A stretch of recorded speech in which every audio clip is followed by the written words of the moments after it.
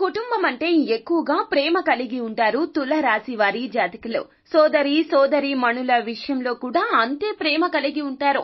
అమ్మా నాన్న అంటే కూడా వీరికి ఎంతో ఇష్టం ఉంటుంది. మనం ఎప్పుడూ కూడా ఉన్నతవంతంగా ఉంటే చూసి ఓర్వలేని వారు మన చుట్టుపక్కల ఎల్లప్పుడూ ఉంటారు. ఎంత ఉన్నతవంతంగా ఎదుగుతూ ఉంటే అంతమంది శత్రువులు ఖచ్చితంగా వస్తూ ఉంటారో ఇది మానవ నైజమో. ఒక మనిషి బాగున్నాడు అంటే సరేరా మనోడు బాగున్నాడు అని అనుకోవడం కాదండి. వాణ్ణి ఎప్పుడు 2 కాళ్లు పట్టుకుని కిందకి లాగేద్దామా అని సర్వ ప్రయత్నాలు సర్వ ఒడ్డులు ఒడ్డుతూ ఉంటారు. నాశనం చేసి ఏడిపించేవారు వీరే. ప్రతి ఒక్కరి జీవితంలో కూడా మనం బాగుంటే ప్రతి ఒక్కరి జీవితంలో కూడా మనకి ఆపోజిట్ గా ఉండేవారు చాలా మంది ఉంటారు. అయితే అనుకోని శత్రువులు మన కుటుంబంలో ఉండొచ్చు, లేకపోతే ఇంటి బయట ఉండవచ్చు, బంధుమిత్రుల వైపు కూడా ఉండవచ్చును. కానీ ఈ రాశి వారి జాతకులకు మాత్రం ఖచ్చితంగా మీ కుటుంబంలోనే అనుకోని శత్రువులు ఉన్నారు. వారు ఎల్లప్పుడూ మీతో సరదాగా ఉంటారు, మంచిగా మాట్లాడుతూ ఉంటారు, మీకు మంచి చెడుల విచక్షణ నేర్పిస్తూ ఉంటారు. మీకన్నా పెద్దవారు అయి ఉండవచ్చు, చిన్నవారు కూడా అయి ఉండవచ్చు.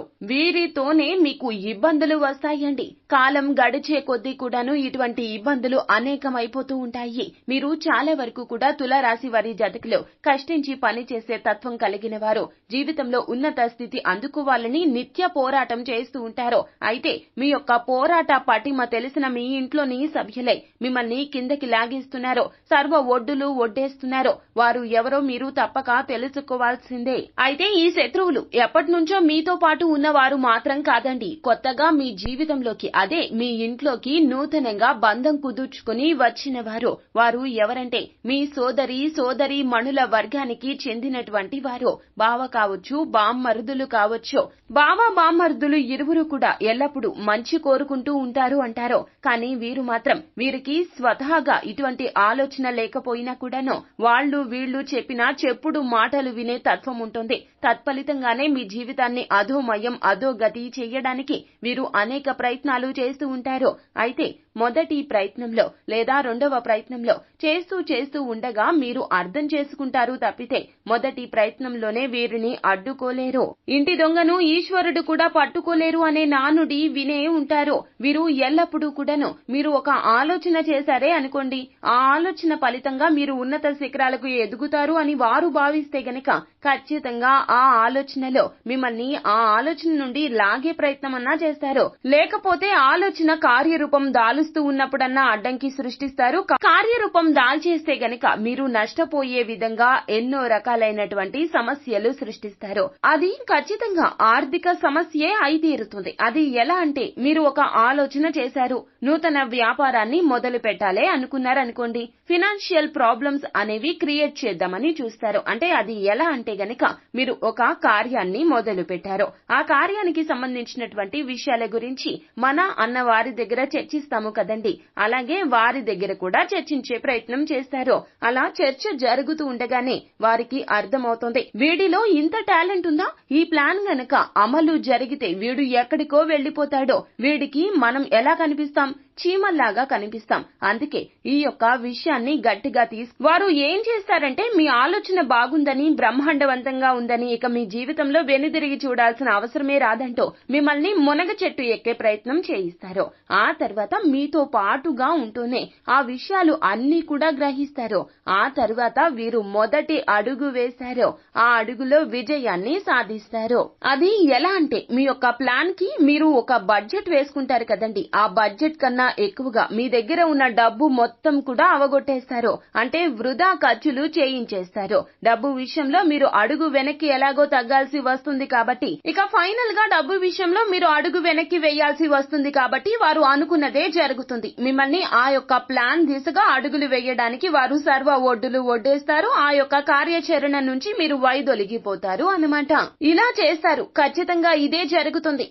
బామ్మరుదులు కావచ్చు, ఎవరైనా కావచ్చు, మీ పట్ల ఈ విధముగా కటువుగా ప్రవర్తిస్తారు. అందుకే ఒక్కసారి ఆలోచించండి. నేను బాగానే కష్టపడుతున్నాను, కానీ జీవితంలో ఎందుకు పైకి రాలేకపోతున్నాను అని ఒక్కసారి ఒంటరిగా కూర్చొని ఆలోచించండి.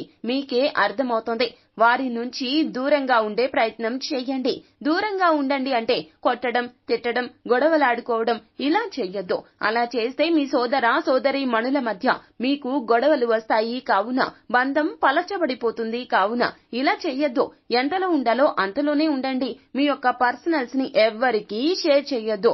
మీకు మీ జీవిత భాగస్వామికి, అమ్మా నాన్నలకు తప్ప ఎవ్వరికీ చెప్పొద్దు.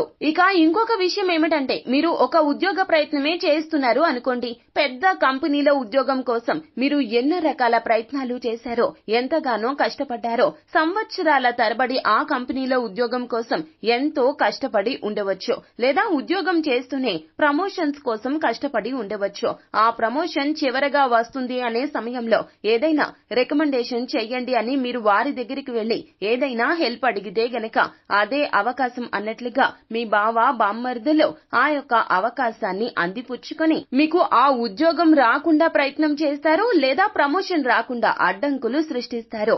జీవితంలో ఇక మీరు ఎదగకుండా వారు ఎన్నో రకాల ప్రయత్నాలు చేస్తారు. స్వతహాగా వారి యొక్క లక్షణం అది కాదండి. మీ జీవితంలోకి అంటే మీ సోదరీమణుల జీవితంలోకి వచ్చేటప్పుడు వారు మంచిగానే ఉన్నారు. కానీ చెప్పుడు మాటలు ఎప్పుడైతే వీరు చెప్పుడు మాటలు విన్నారో మీ జీవితంతో ఆడుకోవడం మొదలెడతారు. కాబట్టి ఏమిటంటే గనక ఒకసారి ఆలోచించండి.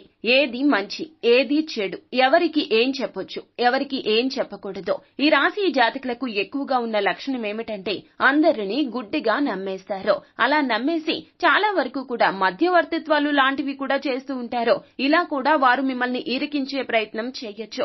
కావున ఇలా మిమ్మల్ని ఇబ్బంది పెట్టడానికి మీ చుట్టూరా ఉన్న ఈ శత్రువులు ఎంతో ప్రయత్నం చేస్తారు. శత్రువులు భయపడే రీతిలో తులారాశి వారి జాతకులు అడుగుకు ముందడుగు వేయండి. వారి యొక్క ఏదైతే ప్లాన్స్ ఉన్నాయో వాటిని దెబ్బ కొట్టే ప్రయత్నం చేస్తూనే ముందుకు సాగిపోండి. అలా కాకుండా మీరు గొడవలకు దిగడం లాంటివి అస్సలు చెయ్యొద్దు.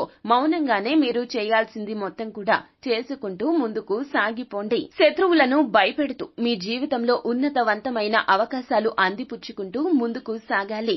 ఎప్పుడు అయినా కూడా మంచి మనసుతో ఆలోచించండి. శత్రువులకు కూడా అపకారాన్ని అస్సలు తోచే ప్రయత్నం చేయొద్దు. వారు కూడా బాగుండాలి అనే కోరుకోవడం మీ లక్షణము. కావున సలక్షణాన్ని వదలవద్దు. మీ యొక్క స్వభావాన్ని మరచి మీరు వారికి ఇబ్బందులు సృష్టించే ప్రయత్నం చేద్దామో ఇటువంటి అనాగరిక ఆలోచనలు చేయొద్దు. తులారాశి వారి జాతకులు ఎప్పుడు కూడాను మీ యొక్క ఉన్నత లక్ష్య సాధన దిశగానే అడుగులు వేయండి. మీ యొక్క మనసుని మార్చుకునే ప్రయత్నం చెయ్యొద్దు. ఇలాంటి చిన్న చిన్న విషయాల గురించి డైవర్ట్ అయ్యే ప్రయత్నం మాత్రం అస్సలు చెయ్యొద్దు. మొత్తం మీద చూశారు కదా ఫ్రెండ్స్, తులారాశి వారి జాతకులు మీకు ఉన్నటువంటి ఆ శత్రువులు ఎవరో, వారు ఎక్కడి నుంచి పుట్టుకొచ్చారో, వారి ద్వారా మీకు ఎటువంటి ఇబ్బందులు వస్తాయో, ఇబ్బందులు రాకుండా మీరు వారిని ఎంత దూరం పెట్టగలిగితే అంత దూరం పెట్టండి. ఇలా చేస్తే గనక సమస్యను మనం ఆదిలోనే పెకిలించి వేసిన వారము అవుతాము. ఆదిలోనే అది అంతమైపోతుంది.